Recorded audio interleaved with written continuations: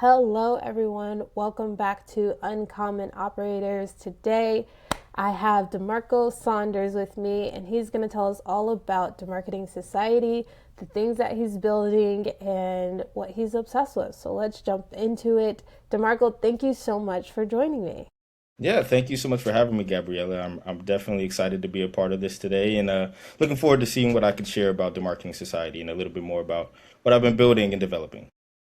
Awesome. Awesome. All right. So, our first question, take me back to the beginning. Why did you start DeMarketing Society? What did you see a need for in the market? What's kind of your background and how did it all come to be? Yeah, so I say that my background is, for starters, I started off in marketing while I was in college. I'm a 2019 graduate of Bryant University. And while I was there, I kind of had the opportunity to get my feet wet at a marketing agency. I had a friend that was starting a marketing company. He was going to be the sole proprietor, and I was going to serve as a marketing coordinator. And while I was there, I had that opportunity to really, get my feet wet in building WordPress for websites for a number of different clients. I'm working with them directly, utilizing Hootsuite as a social media calendar and tool. And I did that for about 2 years. And then, like most of us, slowly after graduating, it was trying to step into the real world. And I needed a full-time job. And after applying for about 6 months for a marketing job, I stepped into sales as a business development representative. I don't think at the time I really appreciated that opportunity, Yeah. just because sales and marketing are entirely different. But it's become instrumental in myself as a demand generation manager today, because you gotta have that synergy between marketing and sales.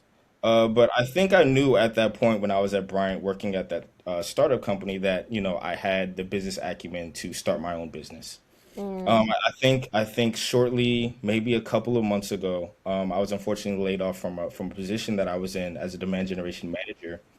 And I think at that time, there's no better time than the present. I said, you know what? Let's step into this role as a founder, as an actual yeah. business owner, and try to start something. I've had all Yeah. this time to take up all of this information. I've had great mentors. I have a great network of marketers around me, and I get and receive great advice. Let's start something. So Yeah. I've always been a writer. I love writing. I've wrote blogs for all of the companies that I've been at pretty much in my previous roles, and I had this, huge bank of content that I've been writing. And the Mm, idea for the Marketing Society honestly started as a book. I mm, wanted to write a book about all of my thoughts on the modern marketing profession, the emergence of AI that's now mm-hmm. taking over, as people think. And Yeah. that kind of over time has shifted into providing actual resources and frameworks Mm, and tools that I wish that I had when I was starting out. And that's kind of developed into a product that I want people to be able to utilize, for, anywhere from the senior marketing managers to junior marketers fresh out of college, and be able to really have concrete evidence of success and of their campaign. yeah. So that's my tool, and that's a number of tools that I'm looking to kind of build under this umbrella, under the Marketing Society, is to provide marketers with actual tools and resources that can actually help them feel more confident when they go into actually running campaigns. That's I think great. now, yeah, so I think that's kind of been the main focus. I want to go back because I had a question. You said you did sales and marketing and you noticed the difference between them. What was, like, in your opinion, the biggest difference between those two? I think the being on the front lines in sales and kind of having that customer facing, prospect facing opportunity is entirely different than marketing. I think Yeah. in marketing, a lot of people, are kind of sitting behind a glass shield. They see the objection handling, they see the pitching, they see it all, and they hear it all from the sales team, and they kind of make educated decisions on what's best for them from that perspective. Yeah. When you're in sales as a account executive or a business development representative, you're really in the field and actually talking to a prospect or a customer, and you're hearing the hesitation in their voice. You're seeing the actual, wheels turning on whether or not this is a good idea to go with your product and your company or not. You're seeing the objection and saying not right now. When you understand that not right now doesn't mean that it's a no, it means maybe I'm not truly trusting what Yeah. you're actually sharing with me, and I need more resources. And I Yeah. think that's the huge difference. And when you have the opportunity to be in both spaces, and especially now as a founder, you're able to kind of have conversations with people when you network with them and see what exactly it is that maybe they need from you, or maybe what they don't like in your product, or maybe what they love about your product. So I think Yeah. that's really, been instrumental for me. It is really interesting when you think about the sales side of things. There's a lot more, obviously, dialogue and listening that goes into it. And it's in real time, you know? It's like you have to adjust to the prospect in real time and you have to address the questions they're having. And there isn't this feedback loop that marketing has, you know? It's like marketing, well, there should be, but for marketing, for the most part, you're just putting something out there and then people are responding and then you wait for, the sales to come in, right? The pipeline to come in. But it is like a lot more intimidating because it's like, it's you and that person, and it's like, Exactly. Not only that. how, who's gonna win it? But that's really interesting. Going back to the book, what was the original topic of the book? And also, plug it a little bit. When can we get it? Yeah, so my book is currently titled Beyond the Lead. I think the kind of actual thought process behind the book is kind of like the same reason I had for the tool and resources I'm creating is I wanted to be able to share a lot of my experiences in marketing. I think I have a very unconventional track into marketing, being that I was a part of a startup in college. And then I moved into sales for about 2 years. And in order to keep my career matrix intact, I then took the route of going into another startup that was acquired. And then from that acquisition, I then went into a larger enterprise company and became a demand generation manager that owned the entire marketing funnel. I think, a lot of marketers take, straight paths, some take the unconventional, and I want to be able to speak to those people that take unconventional routes, and I think from that perspective, being able to share some of my experiences, share some of my thoughts towards where marketing is going, where it's currently at the moment. And like I mentioned before, with this emergence of AI, I think being able to kind of project and have my own thoughts and ideas about where we're headed with AI. I know there's a craze and panic around AI taking jobs, Yep. and where I will maybe disagree to that, I think that there's Mm, definitely a little bit of a shift in job descriptions and maybe entry level roles for marketers that are just getting fresh out of college.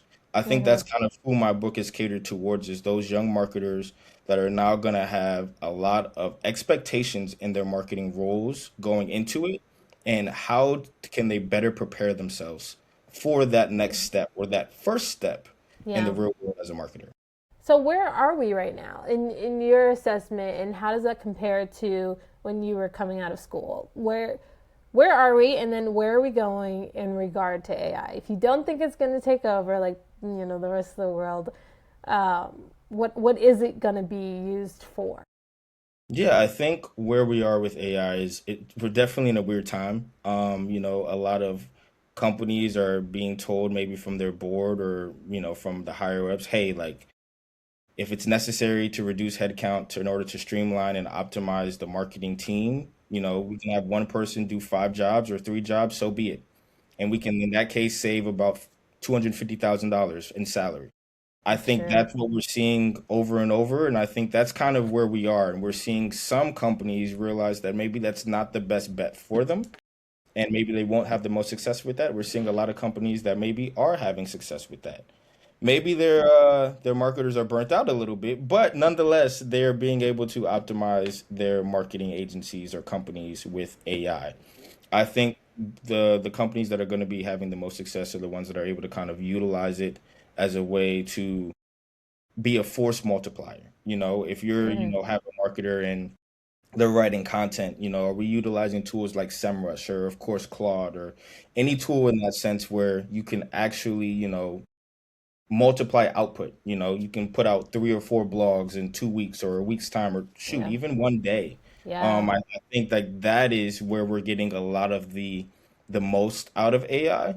I Mm. think, we're definitely in a space now where for the future of AI, we're seeing a lot of people that are utilizing it for reporting, which is another space where I think that we're seeing a lot of benefits from, being able Mm-hmm. to report so quickly on a campaign or on anything that you're running in a day's time. I remember back in the day, and I say back in the day, I've only been in the workforce for a couple of years, for like 5 or 6 years, but I remember, you had a QBR, and that QBR was after a quarter. You had a reporting or a meeting where you did reporting, and that was, hey, your manager's going to let you know, hey, next week, can you report on this to the entire team?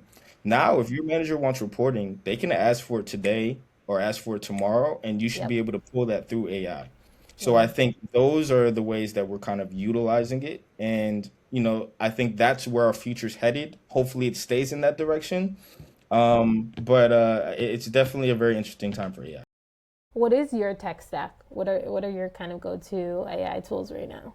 Yeah, so I love SEMrush as a tool. I've been exploring a lot of different AI tools. So even the Marketing Society, the website, I've built that through Base 44.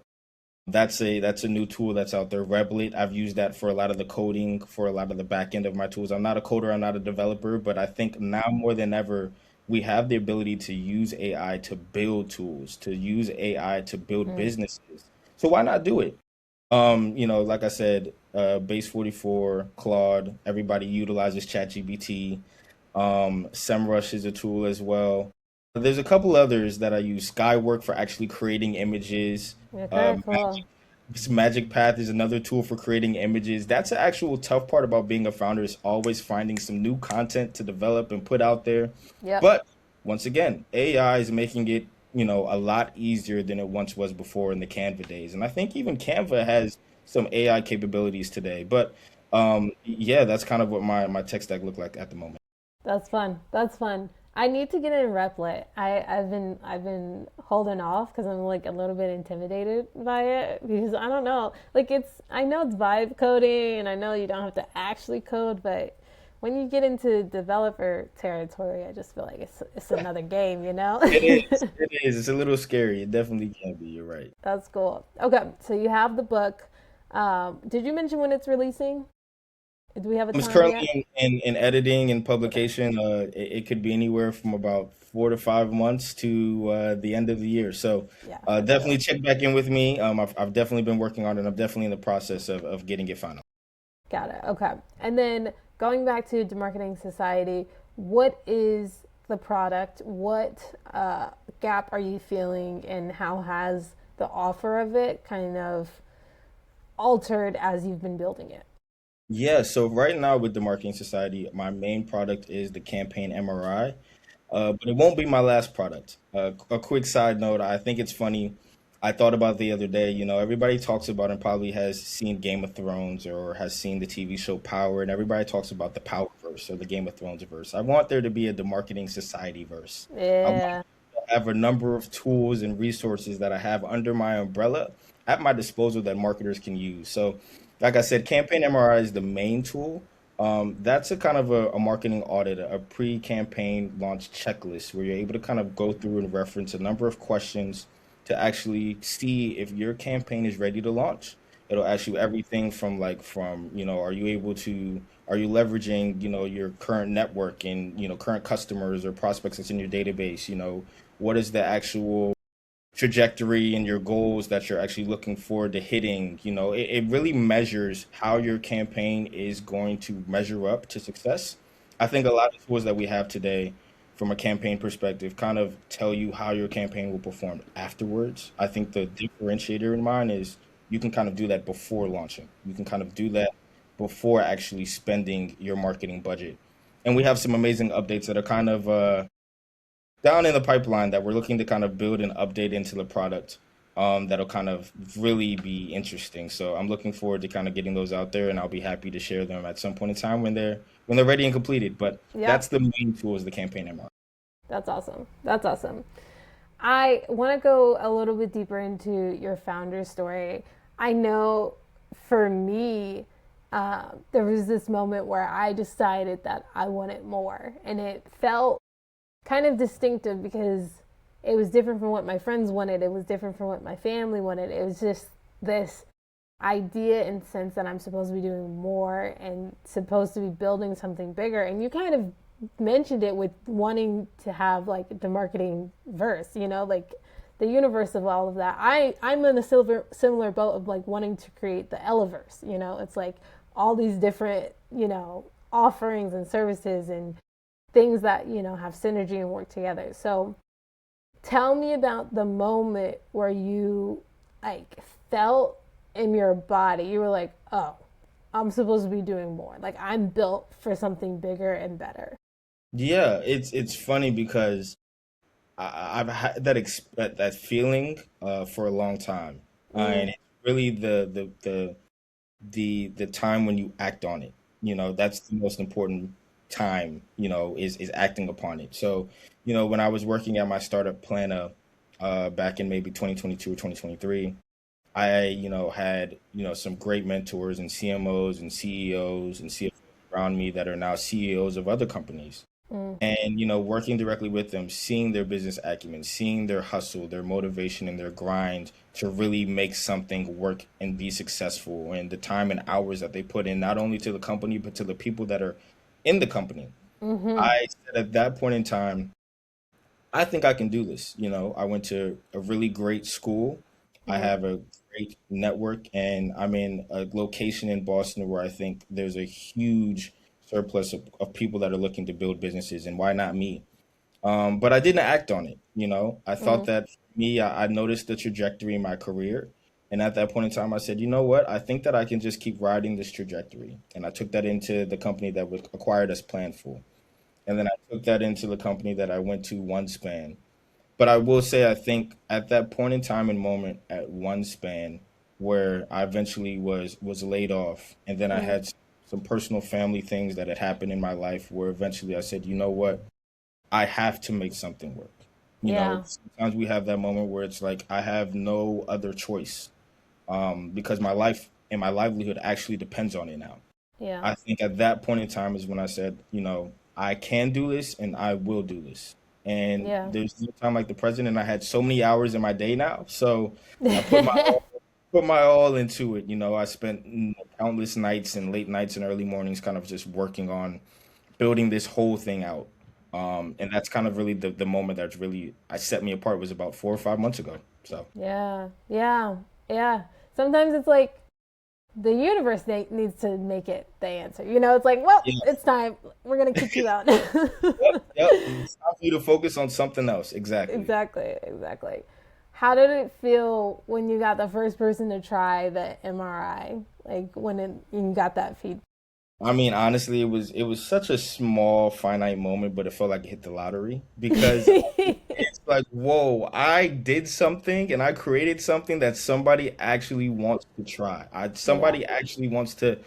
They spent 3 minutes actually in my product. They spent, yeah. a lot of time actually looking at it and inputting their answers to questions, and even the first website visit. It was like, whoa, okay, somebody's taking a look at me, and Yep. since then it's kind of been a snowball effect where, I even am able to kind of see like, people are, trying out the tool. People are actually looking to get a score. People are actually reading down the reporting and analysis and breakdown that they receive from the campaign MRI, saying how they should actually pivot or what next steps they should take in performance and making sure that they optimize their campaign. Just being able to see that and seeing people and messaging resonate with them has been a wonder. Has definitely been exciting for me, and it's let me know that I'm not only in the right space, but I'm doing the right thing. And I'm creating something that ultimately is led with by not only my heart but by my vision, Yeah. and people are receptive. So I Yeah. think that's definitely been big for me.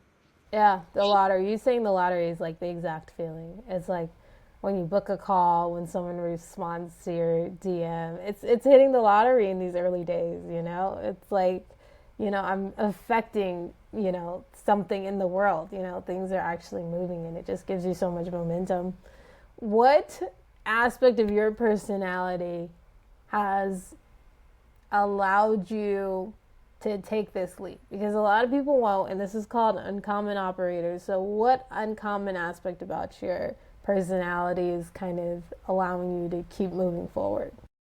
I think it's my self motivation and my ability to not be comfortable with where I'm currently at. I maybe didn't mention this, but I'm a former Division One athlete, and I played football at Bryant as well. And I think a lot of that experience, really for me built out the ability to be comfortable being uncomfortable. And I think that's something that any founder needs, any business owner needs is you're gonna have those days where you feel like nothing's working. Shoot, I mean, in the unemployment, world, you're applying to jobs every single day, and sometimes you don't hear anything. You get rejected a lot, and you need to have that ability to wake up and do it again the next day. That kind of started for me playing sports and, having that ability to kind of get up and say, no matter how hard yesterday was, I'm going to get up and do it again today because I'm committed to it and because I have a larger vision. And I think I've kind of brought that into my world of the marketing society where, like, I see, things resonating. Sometimes I see things that don't work. Sometimes I get advice where people are like, I don't think that this tool is going to work for me. And I don't take it hard or personal. I take it on the chin and I tell myself, you know what, I can actually still do this, or maybe there's something that I can learn from this. And, I think that's a huge characteristic of me is being able to kind of work through those moments of being uncomfortable, work through those moments of self-doubt and still have confidence and still find motivation to come back the next day and continue doing what I'm doing to build out something for my vision. Yeah.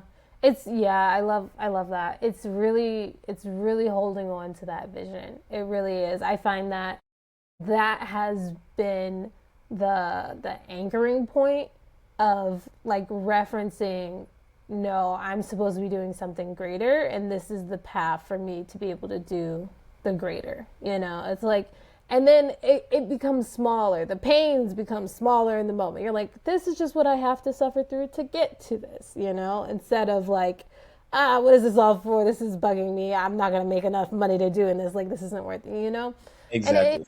it's a different driver when you're working for yourself too. It's easier to work for yourself and to work this hard for yourself. But take us to one of those moments in the past year where you're like, I can't do this, I am failing, or even the past 5 months of like, this is not working, and not the almost quit, but the definite like reevaluation of going forward. Yeah, I think one of those moments is it kind of when you mentioned vibe coding, it kind of resonated with me because I remember that phase where I was like, I'm coding, like, is this really what I'm doing right now? Like, I can't do this. That imposter syndrome was strong. I was Yeah, telling myself like I'm a writer at heart. yeah, I can help, build campaigns and help, strategically align events with, all this and that, but I'm actually doing some coding and it's not making sense, or the tool is breaking down, or there's whatever code I've set, in Replit has now rewrote the entire product itself, and it's yeah. changed this on the tool, and now I have to go back and ask it to do something. It was just that phase of being like, what am I doing? Is this really for me? Is this something? Should I just really just get a job? And then Mm-hmm. you have those moments where we're in this world of social media where you see so many people online doing the exact thing that you said that you wanted to do.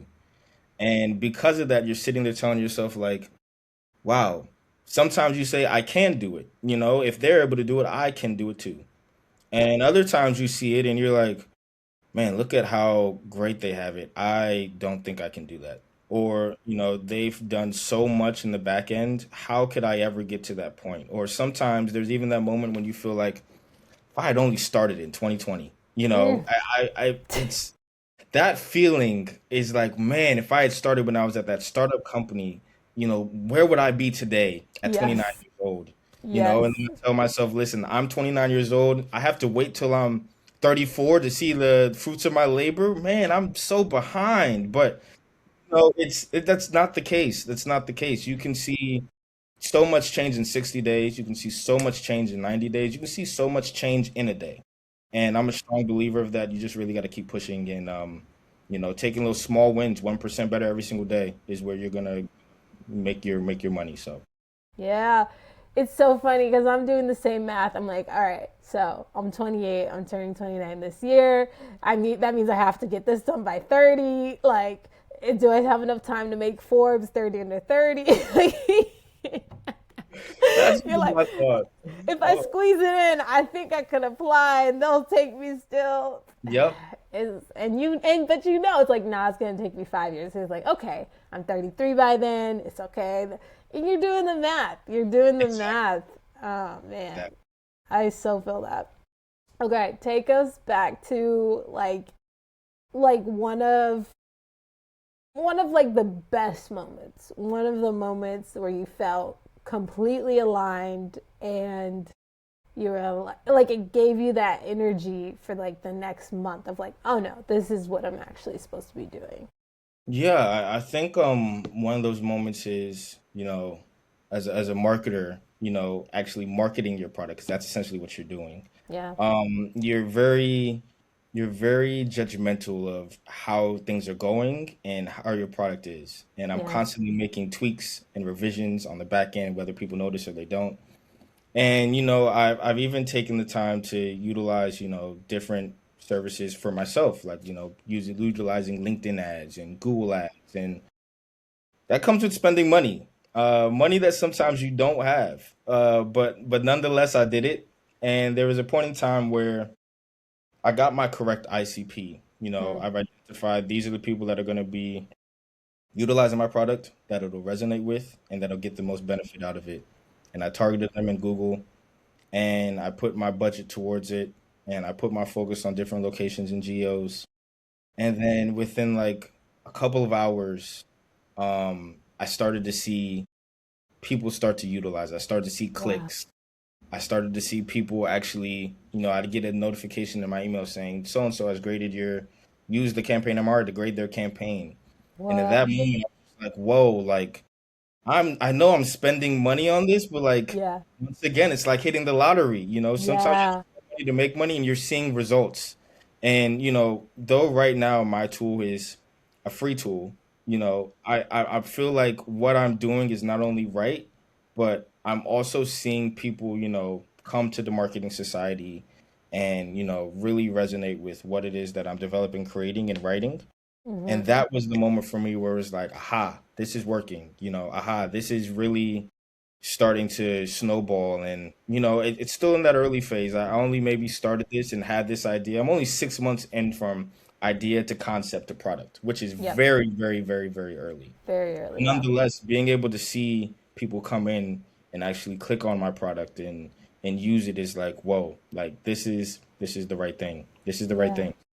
That's awesome. Oh, that's the best feeling. When you get it out there and people respond, that is the best feeling, Yes, truly. it is. It is. It is. It's awesome. What are the unexpected challenges that have come up? The kind of like small things. For me personally, I'm like trying to learn like kind of a cold outreach strategy. Hmm. And I've had to like get in the weeds of email servers and DNS and like name servers and all this stuff. And I could have never imagined that I would ever have to be, figuring out net.1 dot, gu. I'm like, wow, like now I have this kind of like random information in my head and can do this, I don't know when I'll do it again, but what are the unexpected things that where you're like, I didn't know I'd have to do this or talk to this Yeah. person. Yeah. I mean, I think one of them first and foremost, and I got over it really fast, but just like setting up a domain was like, really, how do you think that you can just kind of build a website? It's just like, all right, it's online, everybody can come across and find it. Yep. Then you realize like you need to set up the actual coding behind it. You need to make sure the headers are correct. You need to make sure Yep. that for SEO purposes, people can actually find it. You need Yep. to actually buy a domain. You need to pay money to have your website online. And it's Yes. like, oh my, like that took like a week's time just to like get all of this down pat. And I'm like, I'm not even sharing the product with people. I'm just Yep. spending time making sure that the website is up to snuff. I'm just spending time spending money to make sure that my website is visible. I Yes. think that's one of those moments where you're kind of like, man, I didn't expect myself to have to do this. And Yeah. that's been a challenge, but I overcame it. I'd say the one challenge where I'm at now, though, is really now sharing and not explaining but sharing the value with people on LinkedIn or online. People Hmm. can come across it through SEO, through searching for marketing audit tool and things of that nature. But then when you have to do your actual like founder outreach, creating that personalized message and letting people know, hey, this is a tool. I think you could benefit from it. Here's why I think you could benefit from it. And getting people to actually start to utilize it. And then eventually working where you can find an evangelist, somebody that Yeah. can really take that product and say, hey, I've found success in this. I want to talk about it as well. And then from there, kind of build out something for them. I'm at that phase right now, and it's Yeah. still very early, but it's a challenge because I think you want to find the right person. You want to make sure Yeah. that that person truly believes the same thing that you do for your product. You want to make sure that, if you are going to take on a client, that they aren't going to churn or that they aren't going to, utilize your product and then the next day be like, nah, I don't think it's as good anymore. Yeah. Um, Yeah. I think that's kind of been, difficult. And of course, like you said too, from a sales perspective, you go into seller mode. It's then the phase of like, all right, do I need to pay somebody to utilize their database? Do I need to actually put my ad in a newsletter? That's going to cost money too. Do I need to dive more into Google ads? We're in a you've hit the nail on the head before when we've spoken, and it's a pay to play space. A lot of organic stuff that we do and content that we create is only as good as how much we spend on a lot of our ads as well and drive traffic to what we're already creating. Yep. So that's Yep. kind of been the tough part, and I think that's kind of the where a lot of founders are going to kind of struggle as well when they're starting off is getting that down right. Yeah. Yeah. It's the details. It's in the details ultimately.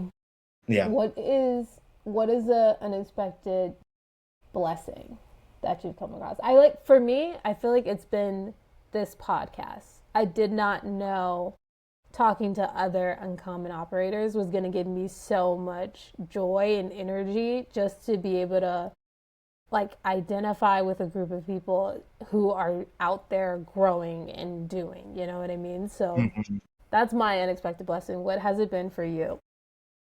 Yeah, my unexpected blessing was really, I think you hit the nail on the head before, is, something in the universe telling you, now's your time to focus on something that you've been dreaming about for a long time. And, at the time, being laid off and no longer having a job is obviously very difficult and tough for anybody. And I think it's a blessing at the same time because it allowed me to now dive fully headfirst into something that I've been putting on the back burner for so long. I've seen so many people around me, create things and develop things and become their own brand and do this and that on their own. And I'm seeing it and I'm growing alongside them as a marketer working for somebody else. But I feel like I have the same tools and capabilities as them, but I'm not maximizing it because I haven't jump started and started working on it. Yeah. And I think, this unfortunate circumstance has allowed me to fully immerse myself in that time and space of feeling alone and needing to find something that's going to work out, needing Yeah. to find something that's going to eventually make money, needing to find something that's eventually going to pay dividends and be something that can turn into a universe 3 years down the line. Yep. And I think, Yep. ultimately, having that time of being uncomfortable was a blessing because it helped me, focus a lot more on what's important to me and some of my goals and dreams. And, that's been huge. That's been huge. Yeah. Yeah. When you're looking even beyond the 5 years when the marketing universe is all set up to the 10 years to the 15 years, do you have that ultimate vision yet? And I gave the two examples in the document of like Alex Hermosi wants to help 100,000 men get $100,000, and Tony Robbins wants to feed 1 billion people. These just like grand goals that are going to keep them busy for the rest of their lives and careers. Do you have a sense of that impact that you ultimately want to make, that vision? Yeah, 100%. I think, like I mentioned before, the campaign MRI is the first tool, but it's not the last. So I'm currently having some tools that I've been developing and beta testing on the back end as well. And there's a tool that I have in the works called the Marketing Lab, where it's going to be a actual marketing simulator that people can utilize and actually run their campaign through a simulation. They face challenges, they face objections, they can build out their actual campaign, the budget they're going to utilize, the channels, who it's going to be marketed to from an ICP perspective, and run it through and actually get and see what the ROI is, what the ROAS is, how much they're spending, all of that in an actual simulation.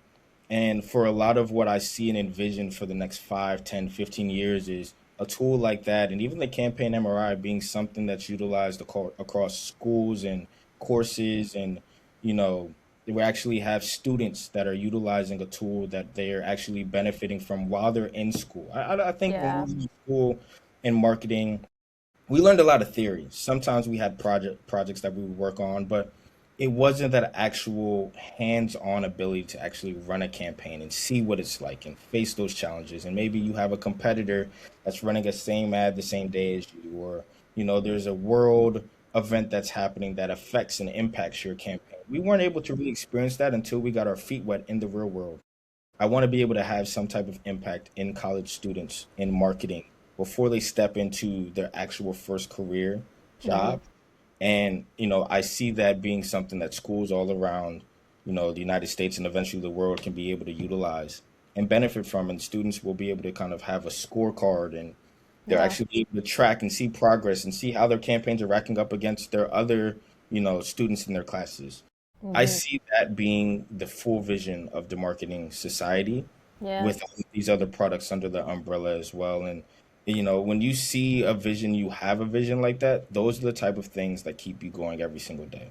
Yeah. Because no matter what anybody tells you, you have a vision and you can see it. You just need to act upon it.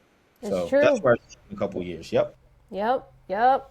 It's reminding me kind of like Khan Academy to a degree. Okay. Yeah, Of yeah. like, like, because Khan Academy has like so much under the umbrella of that, and it's like geared towards students. Hmm. But that's what I'm imagining, just like a place of resources for beginner marketers, even seasoned marketers to come and just have a repository of information. Right, That's because you awesome. want a one-stop shop. There's so many different tools and resources and websites that people can utilize, but of course, you need to go online and find them. You need to have Hmm. somebody that gives you, the link to it, or you need to find it on your own.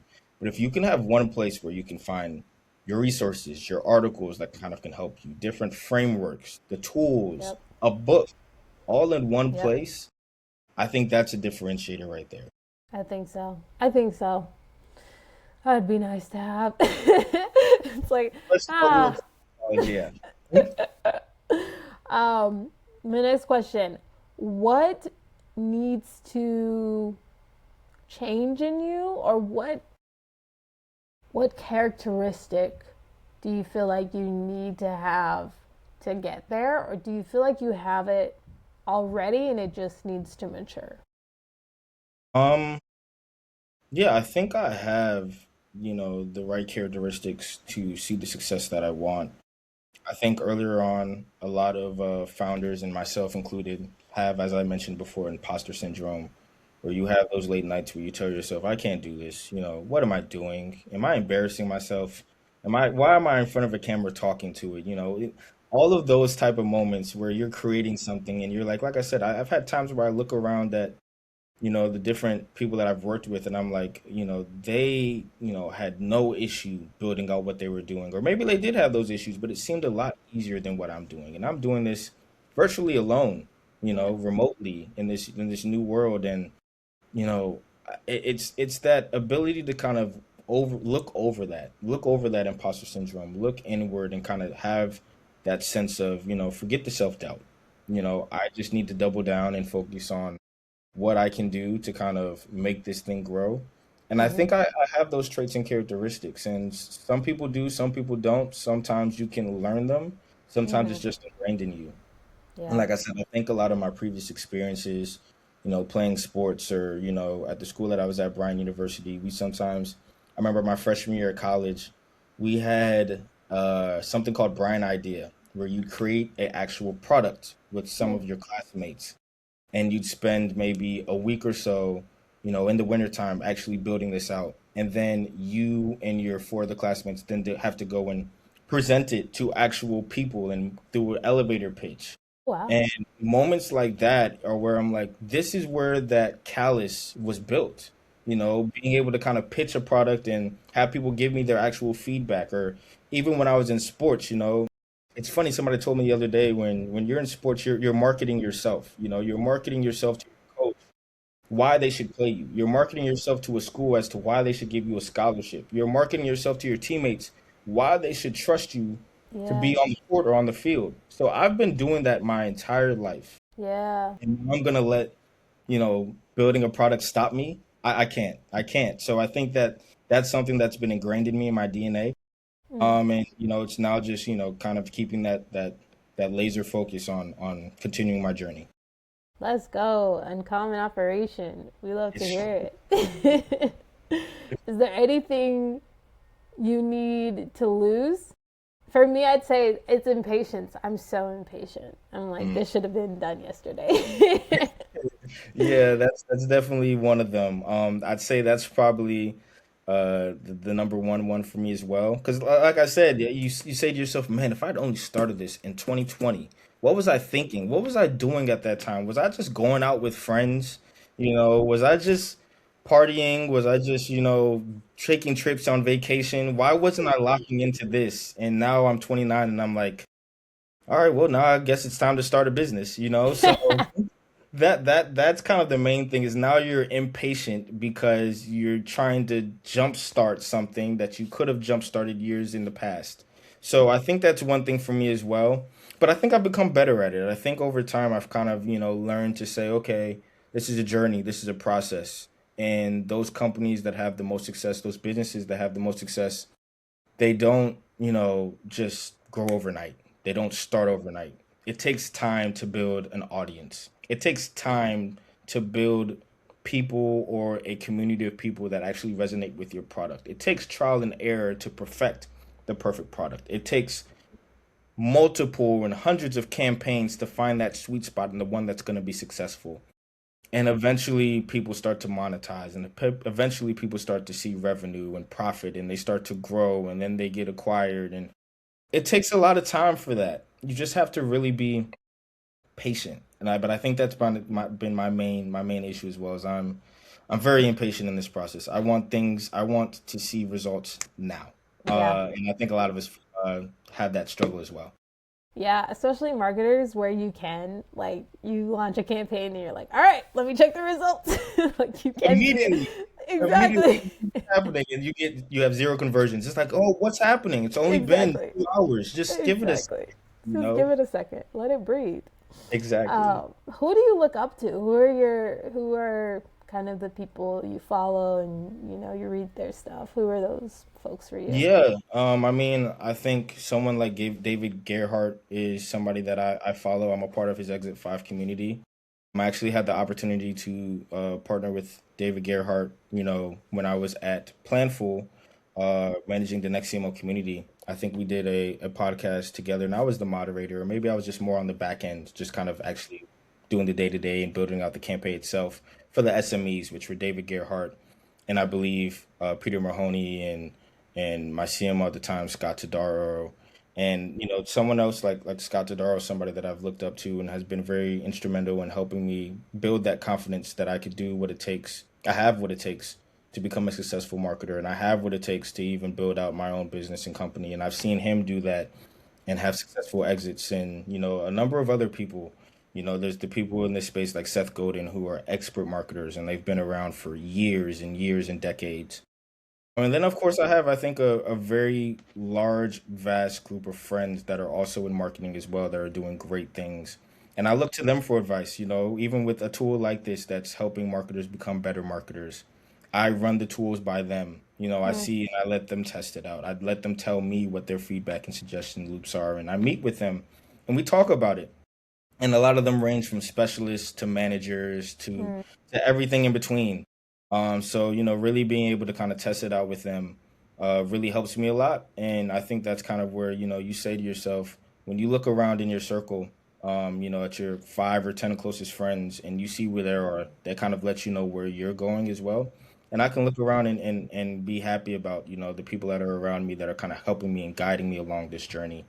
But yeah, those are the people that I look up to in the space. My friends that are marketers, and some of those people that are the big dogs actually in the marketing space. So Yeah.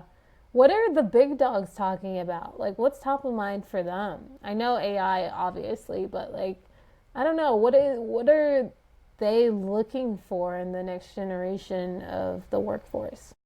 Yeah, I mean, I think from what I've seen, because a lot of them are doing, of course, podcasts like this. A lot of them are doing content and they're writing. Some of them are just putting out posts every single day. But I think they've talked about, especially when it comes to marketers in the next generation, is they're looking for not only candidates, but they're looking for marketers that are going to be like a sponge, that are going to be able to easily, take in information and learn and adapt. And I think that's kind of the main thing is adaptation is so important because you have marketers, you have people that are just in the workforce that can't really necessarily grow with the times of modern marketing or the modern workforce. And if you have that ability to kind of have an open outlook to different products or different tools or different ways of thinking and different perspectives, you're going to always see success, no matter what's going on, whatever the circumstances are. And I think those candidates or those marketers that are coming up out of college or that are early in their careers that are going to be like sponges, that are going to take in information and kind of be generalist. I think that's the key word is the generalist, those that are looking to kind of be able to work in product, be able to speak the same conversation, have the same conversation with sales, be able to have somewhat of a financial mindset as well, and the business acumen. All of those are traits of a generalist. I think Yeah. at the same time, though, to somewhat combat that, we're also seeing a lot of these specialist roles as well on the job market where people are looking for these very specific performance marketer or the Yeah. AI marketer or the content writing specialist and you know there's so much that goes into those specialist roles as well. Yeah. And it's kind of like a best of both worlds. You have those marketing leaders that want one, you have the marketing leaders that want the other. But I think that's kind of a lot of the conversation, other than AI, obviously, that's running social media. But other than that, I think that's kind of the conversation is of whether you have a generalist that you can kind of mold and shape and that will eventually become a CMO one day, or do Yeah. you have that specialist that will be so focused and laser focused on what it is that they're doing that you never have to worry about them, and they're Yeah. like an engine churning out whatever it is that they need to produce. Yeah. Yeah. That's a good assessment. I think I also find that, like, instead of hiring a specialist to be internal, people are going to agencies to like plug into that specialist role, and then they're hiring generalist, which Hmm. I think is like it makes sense as a strategy. It does. Um, yeah. So when should we check back in with you and with the Marketing Society? When should we follow up so that we can see what you have built? Yeah, I mean, I think kind of like I said, so much can change in a day, 60 days, 90 days. If I had to be honest, I'd say check back in with me at the end of the year. I see that there's going to be so much that's going to happen, whether it's the book that's coming out Beyond the Lead, whether it's new updates to the product of the campaign MRI, whether it's, eventually a simulator coming out as well. There's so much that's currently happening under the Marketing Society umbrella and you're bound to find something new. So I'd say check back in 6 months, see where we're at, see where I'm at. I think that we're really in exciting times for the marketing society and just as founders alone. So definitely check back in maybe in December or January. I like it. Any final words to the people? Yeah, I would just say, if you have a dream or a goal or something that you want to achieve, and you do feel that sense of imposter syndrome, you know, whatever it is that you have that you put your mind to, you can do. Um, I think we've all been there where we have those moments where we feel like we can't do something, or we have those moments where we have imposter syndrome and we feel like you don't deserve to be in the spot that you're currently in. I would just say, look around you, look at the people around you, look at the people that, you want to be where they're at and tell yourself that you can do it. You can achieve really anything that you put your mind to. As a marketer, it can be very tough, in this space. We're seeing a lot of change. We're seeing the emergence of AI. It's important to just grow and adapt with the changes. Be like a sponge, take in all the information, put yourself in uncomfortable positions, you know, try Replit, try different tools, try so many different things out there so that when you get to a space where the change is inevitable, you have this vast list of things that you've at least dunked your foot into and tried and got your feet wet with. It'll make you that much more sound in your craft, and it'll make it that much more tougher to, get rid of you or make a change. So just go out there and try whatever it is that's out there. Make the time to do it, even if you don't have the time. Be 1% better every single day. Try something that's going to change your yesterday from today. Yeah, that's excellent. That's excellent. Amazing. Thank Thank you. you very much, DeMarco, for coming on today. Thank you so much, Gabriella, for having me, and I appreciate the time, and looking forward to seeing what's new on your end as well. Thank you.